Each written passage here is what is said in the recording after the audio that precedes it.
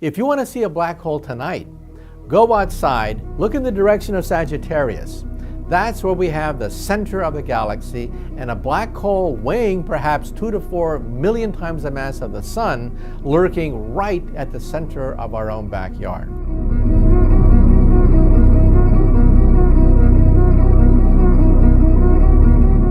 What lies within a black hole is a question that everyone wonders about.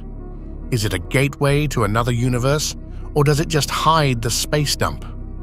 Scientists who have been pondering the question for a long time have come to the conclusion that connects it to another question about how it all started in the first place. They say that it's us who might be living inside a black hole. A black hole is known as a cosmic vacuum cleaner, and it is the total opposite of life. Strange, right? Are we living within a black hole in another universe and another version of ourselves in our own? These are some rather perplexing questions, and today we are going to reveal the truth behind them. The biggest existential question one can ever ask is, where did this all come from, or what was before that? If we just go back to the before, about 13.8 billion years ago, way before our existence, everything in the entire universe was condensed into an infinitely small singularity, a point of infinite denseness and heat. The universe as we know it began with that single point that was infinitely hot and dense and inflated and stretched at unimaginable speeds after the Big Bang. Some might wonder where it all started, and according to some scientists, it all started in the mysterious black hole. Black holes are dense points in space that produce deep gravity wells. Even light cannot escape the tremendous draw of a black hole's gravity beyond a specific location. Anything that gets too close will be stretched and compressed as a result of the spaghettification process. The event horizon of a black hole is the border that surrounds its mouth. This is the point beyond which no light can escape. The singularity, or the one point in space-time, is the inner area of the black hole where the object's mass is concentrated. A particle cannot escape the event horizon once it has crossed the event horizon. Now the black holes share some similarities with the universe. Just like black holes, the universe too has a singularity, and that is the Big Bang. Simply put, it is the infinitesimally hot and dense point where it all began.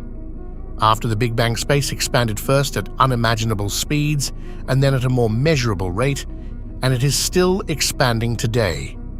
This expansion gave us the event horizon of the universe. Now there might be a question in your mind.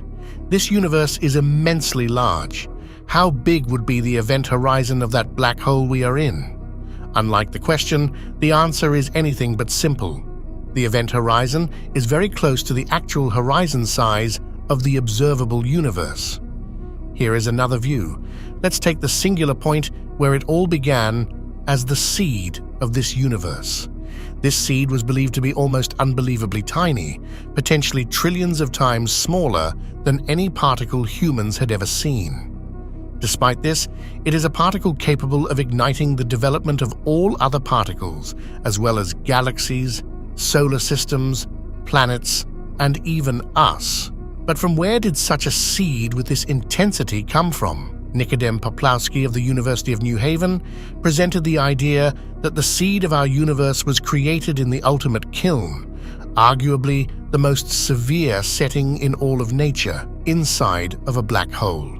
According to Dr. Poplawski, matter inside a black hole reaches a point where it can no longer be crushed. This seed may be exceedingly small, weighing 1 billion suns, yet it is real, unlike a singularity. He is of the view that the compacting process comes to a halt when black holes spin. They spin at the breakneck pace, possibly approaching the speed of light, and the compacted seed gains a lot of tension as a result of this spin.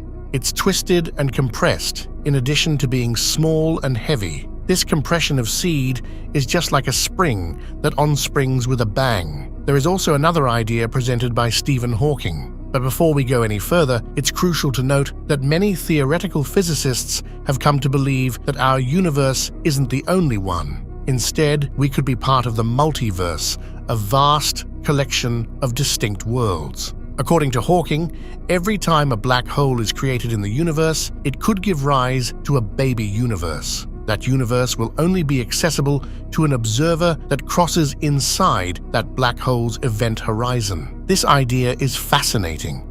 It could be possible that we are living inside a parent universe's black hole, and in the black hole of our universe, or the baby universe, there lies another universe, the baby of the baby universe. This means that every time a black hole is created, a new universe is born. A black hole's existence is defined by the presence of an event horizon, a boundary that tells us a radically different story for an object outside of it than one inside. Any object outside a black hole's event horizon will feel its gravitational effects, since space will be warped by the black hole's presence, but it will still be able to escape. It won't definitely go into the black hole if it moves fast enough or accelerates swiftly enough in the right direction, but it may be able to escape the black hole's gravitational pull. However, once an object exceeds the event horizon, it is doomed to be swallowed up by the black hole's central singularity. Because the fabric of space-time inside a black hole is strongly curved, an infalling object will approach the singularity within seconds of crossing the event horizon, increasing the mass of the black hole. The black hole appears to originate, gathers mass, and grow over time from outside the event horizon. However, here is one thing to focus on. Three-dimensional black holes in our universe have two-dimensional event horizons. That means our universe has to emerge from a four-dimensional black hole in a four-dimensional universe to be an event horizon. The laws of physics inhibit us from knowing what happened in a black hole's singularity, but we can calculate what happens on the boundary of an event horizon. The event horizon encodes information as matter falls into the black hole. The black hole and the event horizon develop in sync until the surface area is exactly the proper size to hold all of the information for all of the matter that has ever entered the black hole since its birth. All of that data may be used to explain everything in our universe.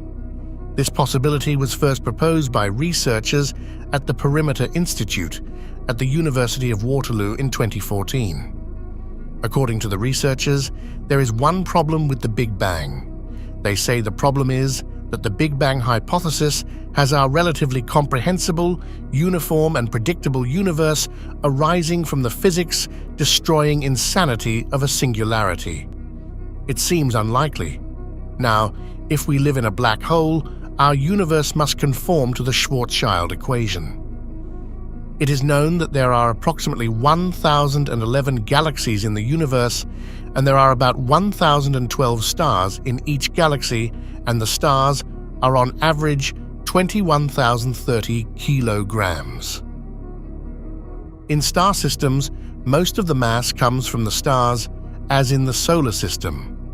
The mass of the universe is 21,053 kilograms approximately. If we calculate the Schwarzschild radius by the mass of the universe, we can find out what the radius of a black hole in the universe should be.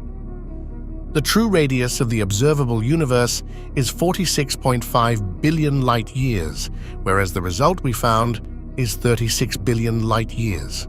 Since we don't know what the other 95% of the universe is made up of, their names begin with dark matter energy black hole. We can presumably produce more accurate forecasts if we can just determine the unknown mass. The question is still there. Are we really living inside a black hole? We can get to a possible answer through Hawking's radiation.